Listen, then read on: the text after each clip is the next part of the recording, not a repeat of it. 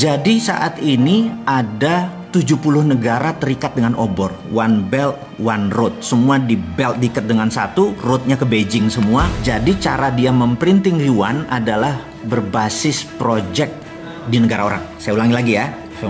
IMF memprinting money dolarnya menggunakan project di negara lain, dan itu sekarang ditiru oleh obor One Belt One Road-nya dia. Jadi negara-negara 70 negara, ada Pakistan, ada Sri Lanka, Papua Nugini. Mungkin 60% portfolionya diambil oleh obor tadi. Jadi dia ngeprint yuan berbasis project di negara lain gitu ya. Nah, apa yang Amerika lakukan adalah Amerika mau melakukan deoborisasi. Jadi dia mau cara membuat miskinnya project obor itu adalah deoborisasi. Jadi kalau Trump menang, menurut saya Cina lewat. Tapi Trump ini compang-camping sekarang karena globalis cabal, si kaum Bilderberg sangat benci sama Amerika karena globalis cabal itu sudah kawin sama Partai Komunis Cina, sehingga seluruh proyek globalis semua ada di Cina. Jadi sekali lagi, ini menarik nih. Cina pasang badan sebagai underlaying, sebagai pondasi dari seluruh globalis cabal. Cina bermain karena globalis senang sama negara otoriter. Dia nggak senang sama negara demokrasi. Otoriter kan one man, suara pemimpin langsung diikuti suara rakyat. Rakyat nggak mau disikat rakyatnya gitu ya.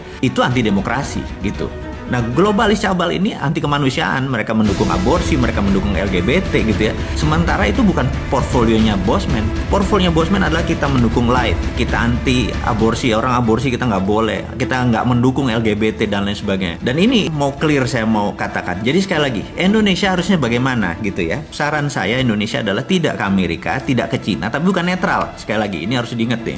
Netral itu artinya nggak ada posisi. Kita harus ambil posisi. Jadi saya berharap Indonesia ke depan memanfaatkan konflik kisruh ini. Saya udah pernah cerita tentang choke point. Sekarang kita nggak bicara itu. Kita ada lagi untuk menyelesaikan masalah itu adalah, nah ini. Jadi sahabat semua, kira-kira 2 minggu yang lalu saya membuat video yang ternyata sangat menggemparkan karena video itu adalah The Secret Meeting That Changed Indonesia. Di mana saya terinspirasi dengan peristiwa tahun 89, di mana ada The Secret Meeting That Changed China, di mana China merubah center of gravitatis atau pusatnya dari menjadi independen, menjadi tidak bergantung pada IMF. Dia punya ukuran sendiri, dia punya hukum dagang sendiri, dia punya meteran sendiri yang dia lakukan dan membuat China sebesar sekarang. Itu sebenarnya saya sangat terinspirasi dengan China, bahwa Indonesia waktunya sekarang. Kenapa waktunya sekarang? Saya mau terangin.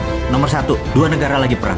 Dan ini adalah perang benar-benar pasti terjadi. Dan begitu mereka memenangkan perang, misalnya Tiongkok memenangkan perang, ya sudah, dunia akan rule by Tiongkok. Kemudian kalau Amerika menang, ya rule by Amerika gitu ya. Dan kita tahu bagaimana Amerika rule the world-nya gitu ya. Nah, sekarang who will win? Pertanyaannya, siapa yang akan menang? Dimanapun perang, panjang syaratnya ya. Kalau perangnya panjang, dua-duanya hancur gitu ya. Maka itu saya mungkin orang yang paling aneh mengharapkan ini perang fisik, benar-benar tembak-tembakan dan perangnya lama. Dunianya hancur dua-duanya. Ini kesempatan kita unggul. Itu satu. Yang kedua adalah kita ini mau mengingatkan Pak Jokowi. Pak Jokowi, Anda orang paling beruntung sedunia. Di mana Anda saat ini mempunyai suara di partai itu lebih dari 60%. Bahkan saya menduga lebih dari 70%. Kalau Anda udah dapat 70%, 2/3 suara lebih, Anda absolut. Dan ini bagus. Kenapa bagus? Karena kalau politiknya gonjang-ganjing, Anda nggak kontrol, Anda tidak bisa melakukan apa yang akan kita sarankan. Jadi saya ada 2. Nomor 1, kenapa saya sebut time is now? Time is now gitu ya. Pak Jokowi nggak bisa. Saya sengaja sekarang bicaranya kepada pemimpin tertinggi yang secara sah Anda berkuasa. Saya mau mengingatkan, Pak, ini perang gitu ya. Perang ini Anda harus ubah seluruh pemainnya yang jago perang. Percaya saya, kalau Anda masih pakai tim yang lama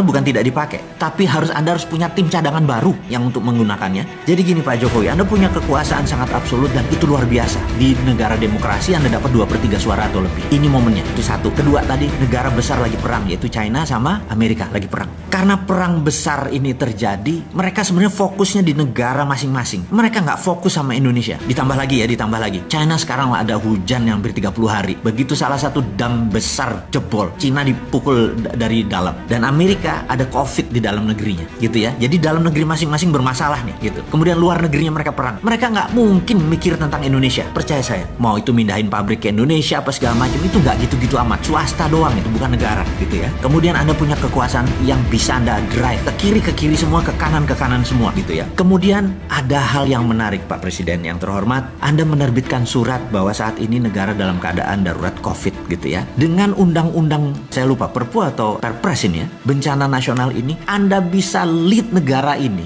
menjadi sangat ngebut di mana dunia yang lain lainnya akan lumrah. Iya deh, nggak apa-apa deh gitu ya. Dan terakhir yang nomor 4, Pak Jokowi, saat ini semua negara melakukan yang namanya deglobalisasi. Deglobalisasi artinya dulu kan ada namanya global supply chain. Jadi ini nyuplai ke sini, nyuplai ke sini, rumit sekali global supply chain. Sekarang banyak negara yang lagi diblok, lagi nutup, lagi mau perang dan lain sebagainya. Jadi deglobalisasi adalah every country for their own. Jadi Indonesia untuk Indonesia, Singapura untuk Singapura dan lain sebagainya. Jadi Indonesia sangat diuntungkan karena Indonesia bisa makan dengan bangsanya sendiri. Kalau ke Singapura, begitu deglobalisasi langsung shrinking 40%. Bapak tahu bahwa dia mendadak langsung turun ekonominya 12% dan shrinkingnya itu 40%. Jadi mengecil mendadak volumenya. Korea Selatan sudah mengecil karena nggak ada bahan baku. Indonesia nggak ada masalah, Indonesia nggak akan mengecil. Dan sekali lagi yang kita mau ingatkan, dengan 4 hal itu, maka yang kita harus lakukan adalah melakukan apa yang China lakukan. Kita tiru, jangan ngikuti maunya Cina, tapi tiru langkah Cina. Cina 30 tahun yang lalu, saya udah berkali-kali bilang, dia menerbitkan renminbi dengan yuan berbeda. Renminbi berdasarkan project gitu ya. Apa yang harus kita lakukan sekarang? Dia tidak lagi menciptakan printing money fisik, karena itu zaman dulu. Sekarang sudah ada blockchain. Blockchain ini kita bisa printing yang namanya e-renminbi.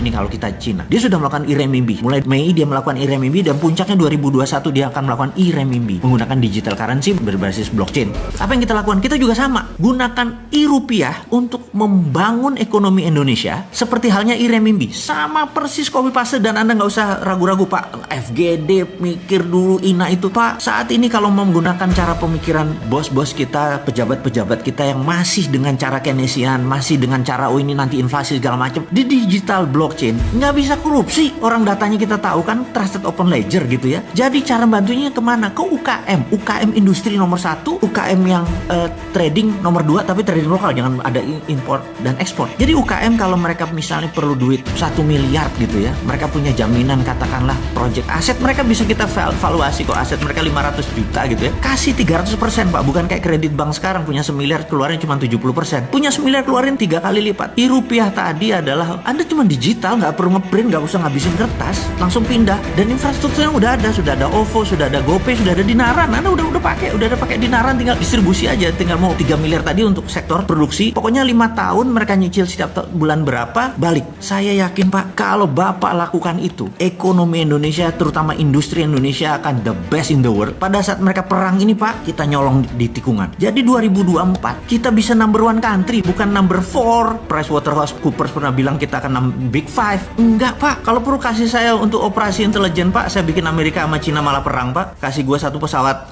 kapal perang, saya tembak 1 nuklir kami ke Cina, nanti Cina bilang tuh Amerika tuh ya udah biar tembak-tembakan, udah kita yang masuk duluan. Kalau perlu gua jadi bajingannya, Pak. Jadiin gua persona non grata, Pak, orang yang tidak disukai dunia, Pak. Kasih saya untuk izin untuk operasi intelijen, saya masuk, saya tembak itu 1 rudal ke Cina, terus nanti tembak-tembakan, mereka perang, Pak. Mereka perang, kita manfaatin untuk membangun ekonomi. Saya dibenci dunia nggak apa-apa, Pak, tapi dicintai tanah air nggak apa-apa, Pak. Jadi agak gila sedikit lah, Pak. Dan usul-usul ini mudah-mudahan membuat sisi lain bernegara sehingga ekonomi kita maju bareng.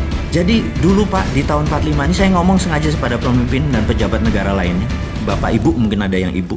Di tahun 45 kita merdeka karena common sorrow, menderita bersama gitu ya. Sekarang ini ada yang seneng, ada yang susah. Jadi sekarang kita nggak kompak. Jadi cara untuk membuat bangsa kita ini kompak, 1, Pak, cepet-cepet buat common happiness, Pak. Cepet-cepet buat seneng bareng. Jangan susah bareng, Pak. Kita udah capek tahun 45 aja kita susahnya. Kalau sekarang ke depan kita harus buat common happiness.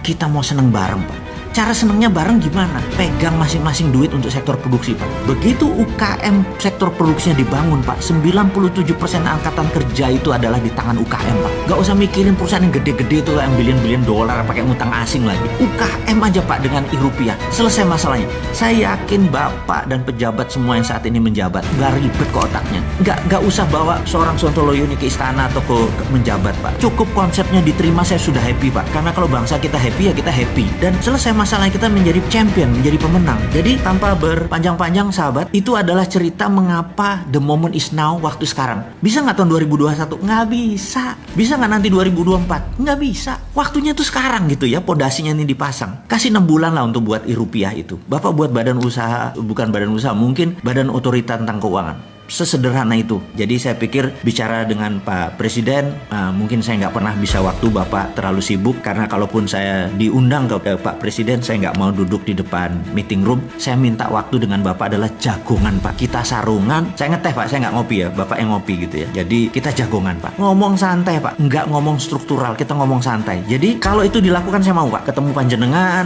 kita ngobrol, ngarol ngidul, terus sharing. Dan saya sederhana, Pak, orangnya, Pak. Saya nggak minta jabatan, saya minta Bapak yang melaksanakan karena Bapak megang mandat untuk menerbitkan e-rupiah. E-rupiah itu solusi. Semua infrastrukturnya ada, Pak. Dan saya tahu tim Bapak kuat.